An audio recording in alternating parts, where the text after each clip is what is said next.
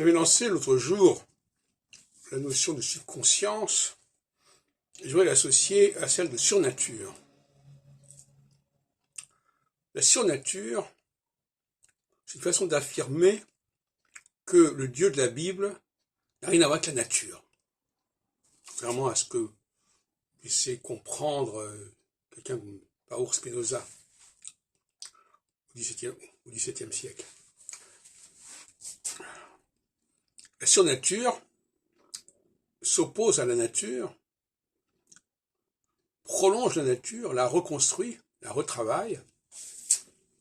Alors il peut y avoir effectivement un Dieu assimilé à la nature, mais ce n'est pas le Dieu de la Bible, ce n'est pas le Dieu judéo-chrétien.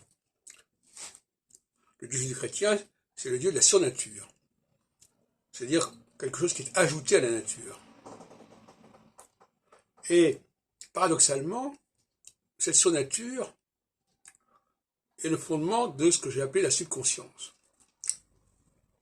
Vous avez compris la dialectique entre les deux suffixes, le sur et sub. La subconscience, ça n'a rien d'assez d'étonnant. La subconscience, c'est justement cette surnature qui sous-tend l'humanité. Puisque ce Dieu de la surnature, il a retravaillé, recréé notre humanité. Notre humanité au sens large, c'est-à-dire au sens anthropo-cosmologique.